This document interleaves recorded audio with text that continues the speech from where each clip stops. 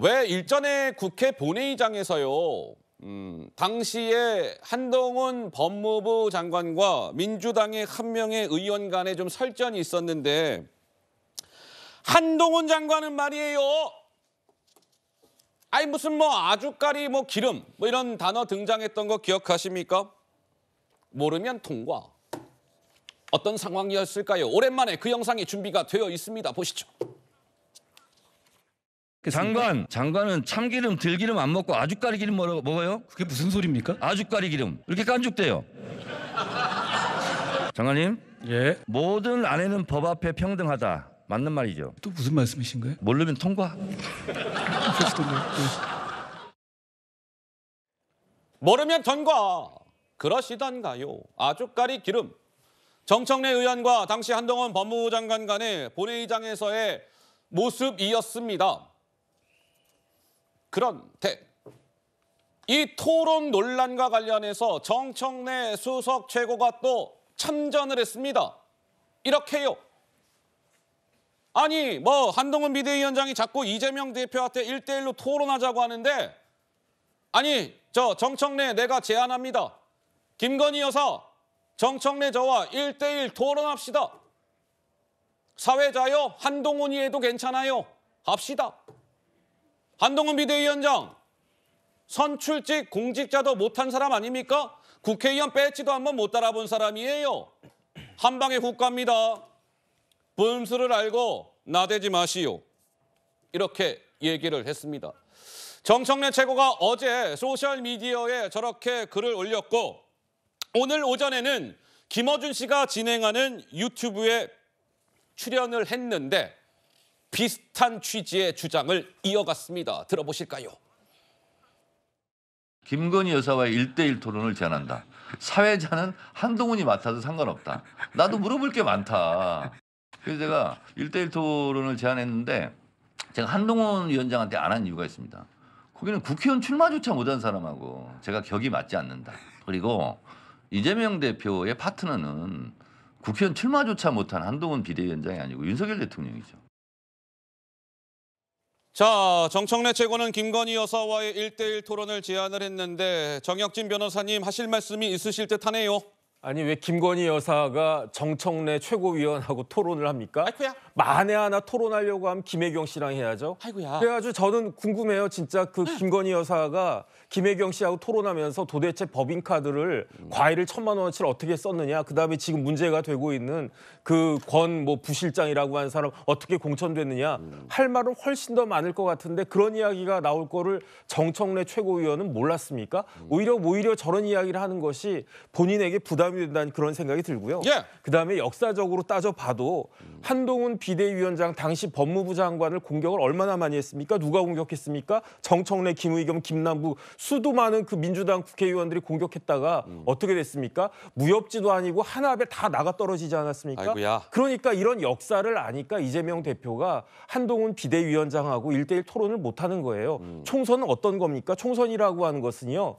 야당이 여당을 공격하고 여당은 방어하기에 급급해야 이게 총선이 아니겠습니까? 예. 그런데 지금은 거꾸로 됐어요. 오히려 여당의 그 비대위원장 여당 대표가 공격을 하면 야당의 대표는 숨기에 바쁜 것이 아닌가 이런 그 상황이 되어 있기 때문에 민주당의 비극이 지금 벌어지고 있는 것이다. 저는 그런 생각이 듭니다. 자, 좀 전 정청래 최고 그 소셜 미디어 글이 이렇게 적혀져 있었던 그래픽을 화면에 넣어주시지요. 들어왔네요.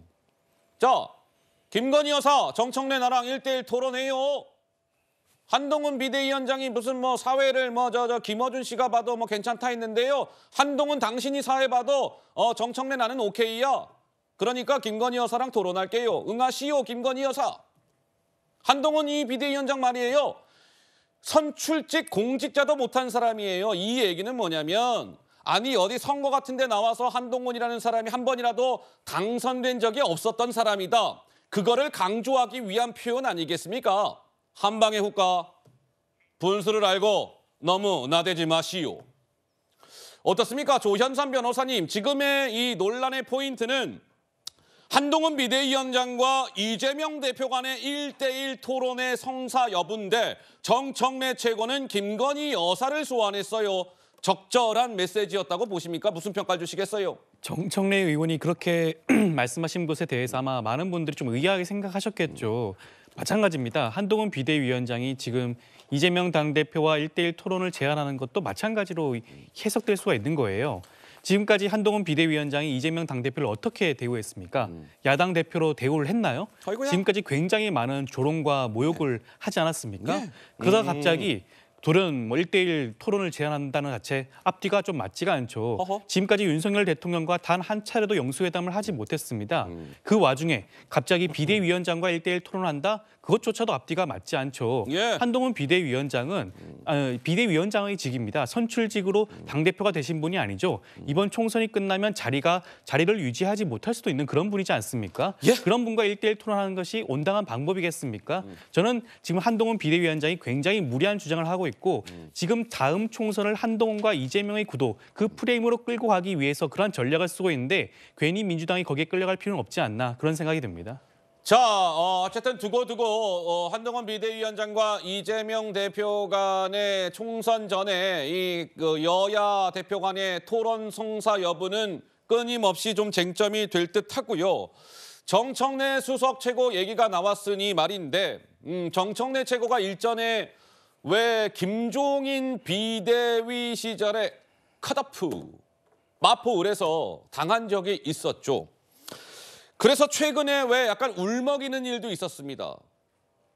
정청래 나도요. 그런 아픔이 있어요.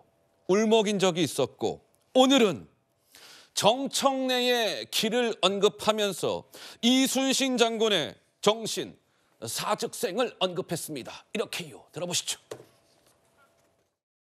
덕컷 유세단은 이때 제 마음속에서 만들어졌습니다. 총선 승리를 저들에게 내줄 수 없다는 마음이 들었습니다. 그리고 전국을 지원 유세하러 미친 듯이 돌아다녔습니다. 춤도 췄습니다. 억울하지 않은 컷오프는 없습니다. 8년 전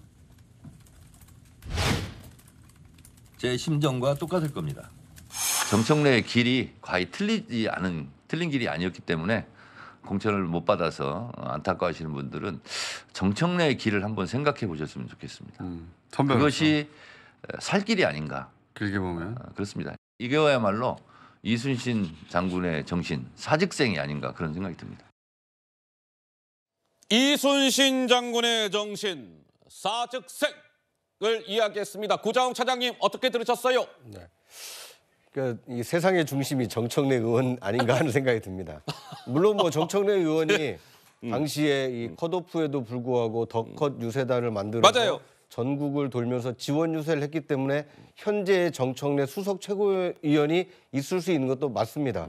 그러니까 컷오프라는 것이 부당할 수 있고 또는 개인으로 봐서는 억울할 수 있지만 그 억울함을 토로하기 위해서 탈당하거나 아니면 새로운 선택을 해서 당에게 해를 끼치는 것보다는 오히려 마음을 추스르고 당의 승리를 위해서 앞장서면 다음 총선, 다음 기회에 오히려 당이 보답을 할 수 있다. 뭐 이제 자신의 사례를 들어서 지금 컷오프 당한 분들에게 그런 위로의 말씀을 전하는 것 같습니다. 물론 자신은 이제 성공했기 때문에 정치적 재기에 성공했기 때문에 저런 말씀을 하실 수 있다고 생각은 듭니다. 예. 그런데 지금 민주당 공천이 크게 총체적으로 문제가 많다. 사천 논란이 있는 이유가 무엇이겠습니까? 어허. 이것이 과연 민주당 총선 승리를 위한 공정한 기회를 제공하는 것인가? 공천 과정이 투명한 것인가? 그리고 공천 결과가 지금 정의로운 것인가? 이거에 대해서 다수 국민뿐만 아니라 예. 민주당 구성원조차도 반발의 목소리가 굉장히 큰 상황입니다. 정청래의 길을 주장할 것이 아니라 지금 민주당이 하고 있는 공천이 과연 공정한 것인지 어떻게 하면 더 투명하게 할 것인지 정의로운 공천을 해서 총선 승리 가능성을 높일 것인지 예. 지도부의 한 사람으로서 민주당 공천을 성찰해야 될 때가 아닌가 하는 생각이 듭니다. 자, 그러니까 정청래 최고는 정청래의 길을 언급하면서 이순신 장군의 정신, 사즉생을 언급했는데 정혁진 변호사님 뭐 이순신 장군께 어떻게 생각하십니까? 여쭤볼 수 없으니까요. 정혁진 변호사께서는 이순신 장군께서 만약에 이야기를 한다면 무슨 얘기를 했을 거라고 생각하십니까?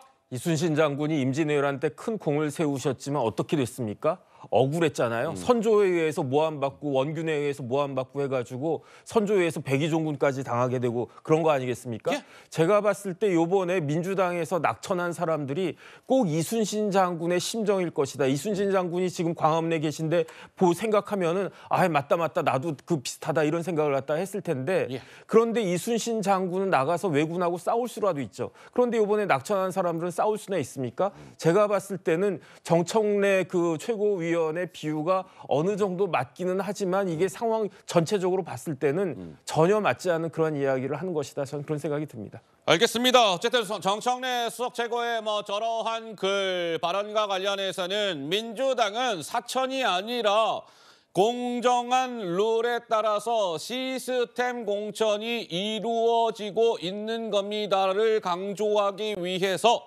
뭐 저러한 글을 올렸다. 이런 해석도 많으니까요. 감안해서 봐주셨기를 바라고요.